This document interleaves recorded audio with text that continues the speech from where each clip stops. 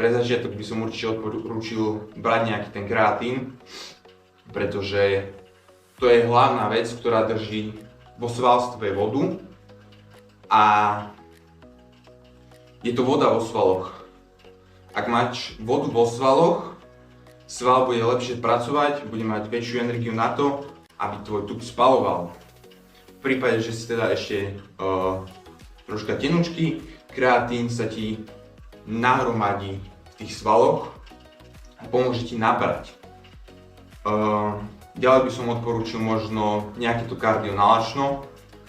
Nemusí to byť vôbec nejaké dlhé, stačí 30 minút a myslím si, že to je fajn a mal by si mieriť na 10 000 krokov za deň, pretože ti to veľmi pomôže v tvojom